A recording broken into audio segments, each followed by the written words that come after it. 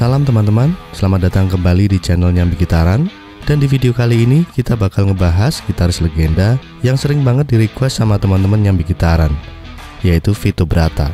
Kita bakal ngobrolin sekilas perjalanan karirnya dengan White Lion, 11 gitaris yang memberikan pengaruh musik dan soundnya, pertemuannya dengan Eddie Van Halen, serta cedera tangan yang akhirnya membentuk gaya bermainnya yang khas. Yuk kita mulai.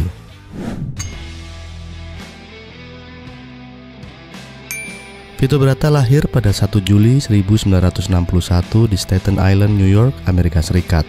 Saat masih kecil, Vito sudah menyukai gitar dan orang tuanya membelikan gitar murah dari katalog Sears. Vito mengaku dalam wawancara dengan majalah Guitar World, saat masih kecil pernah kursus gitar namun mengalami kebosanan. Saat di bangku SMA, Vito mendengarkan album The Best of Cream yang dikenalkan oleh temannya. Sejak saat itu pula, Vito mempunyai cita-cita menjadi gitaris rock. Karir profesional Vito Bratta mulai menanjak saat dia membentuk band White Lion bersama vokalis Mike Tramp pada tahun 1983. Album debut White Lion bertajuk Fight to Survive, rilis di Eropa tahun 1985 di bawah naungan Elektra Records. Menurut Vito dalam wawancara dengan majalah Guitar World, seluruh album itu sebenarnya hanya berisi rekaman sementara. Vito merasa saat itu masih bocah yang belum mempunyai pengalaman dalam rekaman, sehingga tidak ada satupun yang sesuai dengan rencana awal. Ditambah, waktu dan uang untuk rekaman sudah habis. Album Pride yang rilis pada tahun 1987 sukses besar secara komersial dan membawa White Lion ke panggung internasional. Lagu-lagu seperti Wait dan When the Children Cry menjadi hits besar di MTV dan membuat White Lion dikenal luas. Album Pride yang meledak inilah membawa album sebelumnya, Fight to Survive, muncul di permukaan dan masuk ke Billboard Album Chart 200.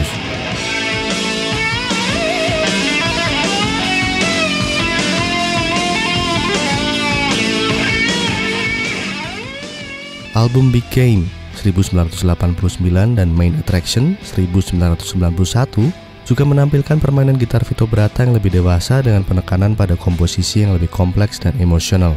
Meski kedua album ini tidak sebesar Pride, Vito Bratta tetap menunjukkan kelasnya sebagai salah satu gitaris terbaik di era hair metal.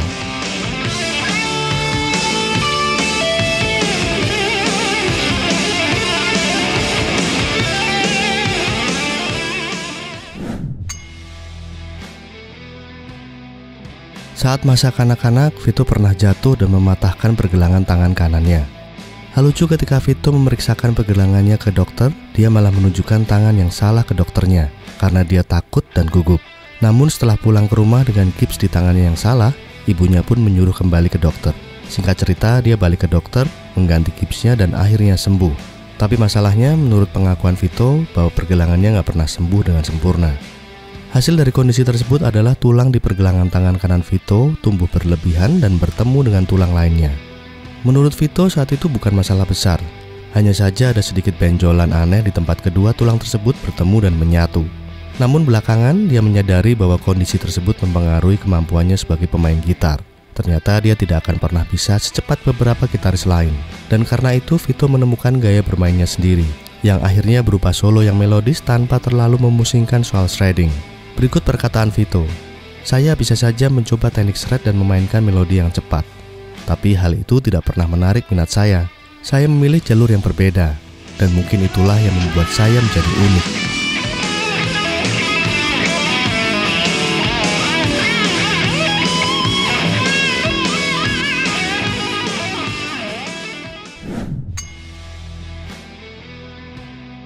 Berikut 11 gitaris yang berpengaruh membentuk sound dan gaya permainan gitar dari Vito Bratta.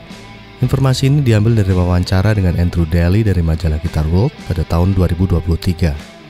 Eric Clapton. Eric Clapton bukanlah pengaruh terbesar dalam hidup saya, tapi dia adalah gitaris pertama yang mempengaruhi saya. Saya harus mengakui bahwa pengaruh terbesar Clapton terhadap saya ada pada soundnya. Suara khas dari gitar Gibson yang dicolok ke Marshall dengan volume maksimal sangat membekas dalam ingatan saya sejak kecil. Di era 60-an, apa yang Clapton lakukan di lagu Crossroads sudah bisa dibilang shredding. Tidak ada yang melakukan hal seperti itu waktu itu, dan jelas pengaruhnya sangat besar buat saya. Itulah momen yang membuat saya berpikir, saya ingin jadi gitaris rock. Leslie West. Ada musik yang terdengar berat dan mungkin bisa dianggap sebagai cikal bakal metal, tapi tidak banyak jenis musik seperti itu yang populer. Ketika saya mendengar lagu Mississippi Queen di radio dan apa yang dilakukan oleh Leslie West, segalanya berubah. Awalnya saya hanya mendengarkan Clapton, tapi begitu mendengar Leslie West memainkan garis-garis blues dengan cara yang sangat berat dan penuh tenaga, itu seperti membuka dunia baru bagi saya. Leslie West benar-benar mengubah segalanya lagi untuk saya. Jimmy Page. Jimmy Page adalah pengaruh nomor satu untuk saya. Dia adalah sosok yang membuka jalan bagi saya untuk menjelajahi dunia musik yang baru. Meskipun pengaruh Page mungkin tidak terdengar langsung dalam permainan gitar saya di permukaan, dialah yang menjadi pegangan saya selama berada di White Lion dan hingga sekarang. Gaya karismatiknya serta solo-solo brilian yang ia ciptakan menginspirasi saya untuk bermain sesuai keinginan saya sendiri, bukan seperti yang orang lain harapkan dari saya.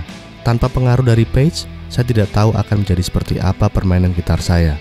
Saya menyerap semua yang bisa saya pelajari darinya, kecuali satu hal penting, penggunaan busur biola. Saya tahu busur biola hanya milik Jimmy Page. Jimi Hendrix. Setelah saya terinspirasi oleh Jimmy Page, perjalanan musik saya berlanjut dengan penemuan Jimi Hendrix.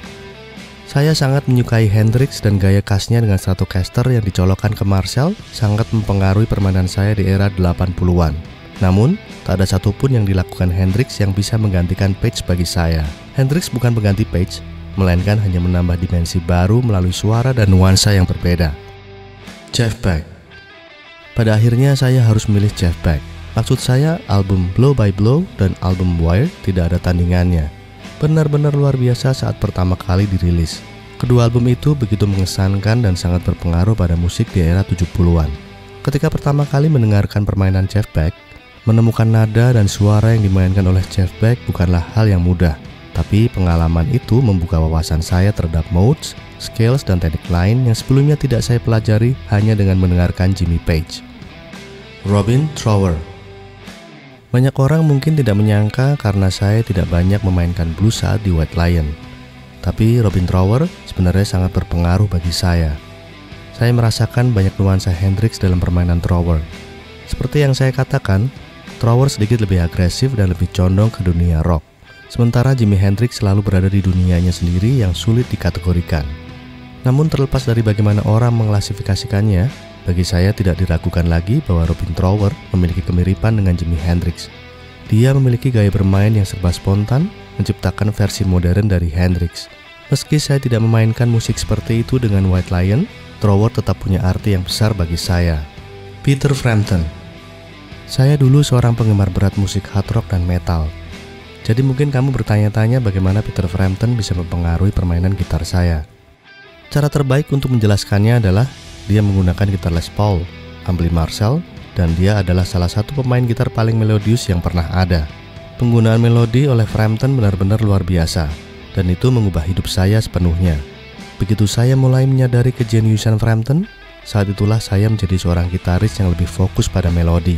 Kamu pasti bisa mendengar pengaruh itu dalam permainan gitarku di White Lion. Solo-solo Frampton memang aneh, keluar dari jalur konvensional dan sangat visioner. Eddie Van Halen. Dia adalah sosok yang mengajarkan saya tentang teknik bermain gitar. Saat itu saya masih seorang gitaris muda yang terbiasa mendengar skala pentatonik dan sejenisnya. Eddie adalah gambaran yang saya bayangkan saat berpikir tentang menjadi gitaris dalam sebuah band rock.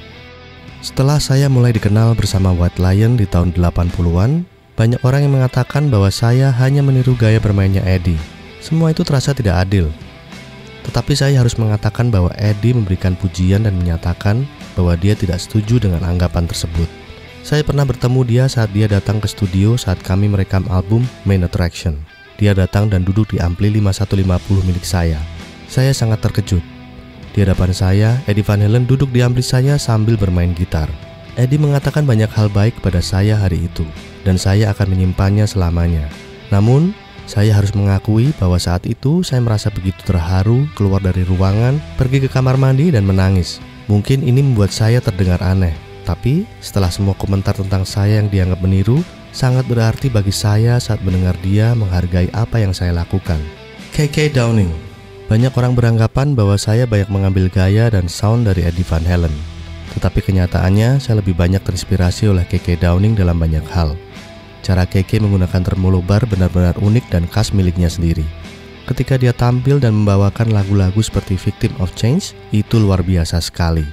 Keke Downing memiliki daya tarik visual yang sangat kuat, dan saya sangat menyukai cara dia bergerak di atas panggung, memegang gitarnya dan secara umum menjalani penampilannya. Randy Rhoads. Randy sangat berbeda dari Eddie, karena Randy memiliki pengaruh klasik yang kuat. Dalam hal itu, Randy dan saya memiliki kesamaan. Saya tidak mengatakan bahwa saya sebanding, lebih baik, atau apapun dibandingkan dengan Randy Rhoads. Namun kesamaan kami terletak pada cara berpikir kami terhadap gitar dan musik. Randy memiliki perpaduan klasik dan dia membantu membawa kembali jenis musik itu dalam rock dan metal di tahun 80-an. Dia memperkenalkan elemen itu dan juga menghidupkan kembali gaya Jimmy Page dengan memadukan akustik dan elektrik. Penulisan lagu Randy, cara dia menyusun musik dan cara berpikirnya adalah hal-hal yang paling mempengaruhi saya. Yngwie Malmsteen. Walaupun saya berbeda dari Eddie, saya pernah berada di fase di mana saya sangat mengagumi dan menyerap permainan Eddie dalam waktu yang lama. Namun, Yngwie Malmsteen membawa saya keluar dari fase itu. Dia begitu hebat sehingga membuat hampir semua orang mempertanyakan kemampuan mereka sebagai pemain gitar. Dari segi kecepatan, dia memang tak tertandingi. Saya ingat pernah berpikir, jangan pernah coba bandingkan kecepatanmu dengan dia, karena saya tahu tidak akan bisa menyamai itu.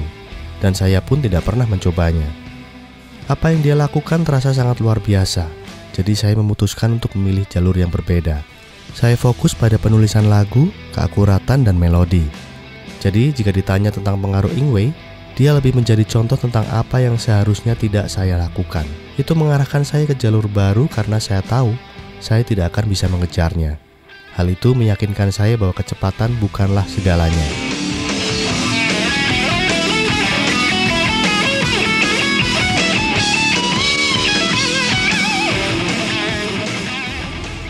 Nah, itu dia teman-teman, sedikit cerita tentang bagaimana Vito Bratta menemukan permainan dan soundnya yang khas. Dengan kemampuan teknis yang luar biasa dan gaya bermain yang emosional, Vito Bratta memang pantas disebut sebagai salah satu gitaris besar di era 80-an, meski namanya mungkin tidak sebesar gitaris lain. Dan meskipun dia sudah lama absen dari dunia musik, karya-karya White Lion terus dikenang. Terima kasih sudah menonton video ini sampai habis. Kalau kalian suka konten seperti ini, jangan lupa untuk like, komen, dan subscribe untuk update video-video seru lainnya. Dan mohon maaf jika ada salah kata, salah ucap. Sampai jumpa di video selanjutnya. Salam, matur suwun.